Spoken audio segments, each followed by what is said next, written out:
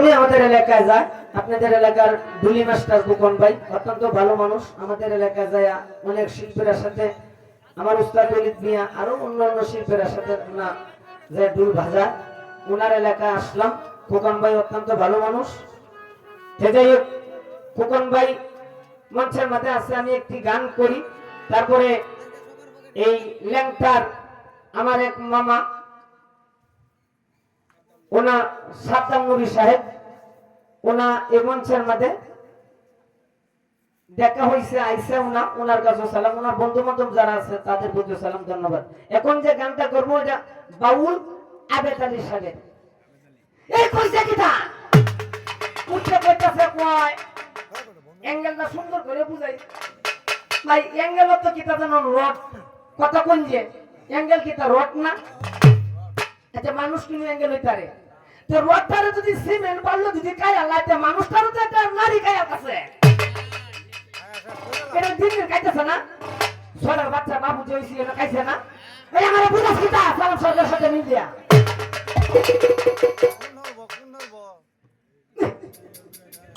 আচ্ছা, কোন দেখতে গানটা গাইতেছে কিন্তু বুঝিয়ে হাইলাম না। হ্যালো, একটা ছেলে যদি কলেজ স্টুডেন্ট যদি হারালিয়া করে, একটা মেয়ের সাথে প্রেম করে, মেয়েটা যদি খালি ছলনা করে, টাটা দে কয় যদি নাম্বার দিয়ে আমরা সামনে সপ্তাহে ছেলেরা গুনে ধরে আছে না, এই ছেলেরা তুমি দিতেছে না, এই জায়গাটা আমাদের গাইড হয়ে যেতেছে না। কথা বললি আরে এই জায়গাটা আমাদের তিলে তিলে মাইক দিয়া অ্যাঙ্গেল বানা। আমি কই না, দলিলে কয়। হ্যালো, যাই আরেকটি গান করি, সকলে মার্জনা করবেন। এই গানটার পরে আমি শেষ বিদায়ের একটি গান করবো, বাউল কবি আব্দুল সালাম সরকারের বিরহ বা টেলিমাধ্যম। আর এখন যে গানটা করবো সাধক আবেদ আলী সাহেব। ধন্যবাদ। হ্যালো,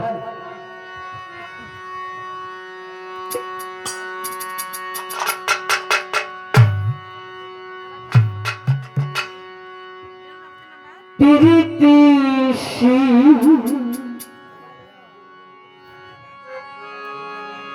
কাইয়া রে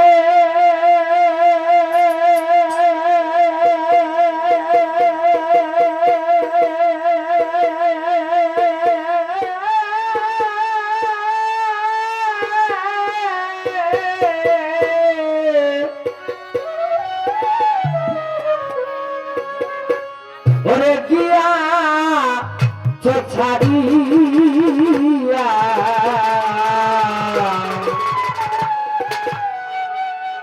ভোজনিপু হাইলাম আমি কান্দিয়া কান্দিয়া রে।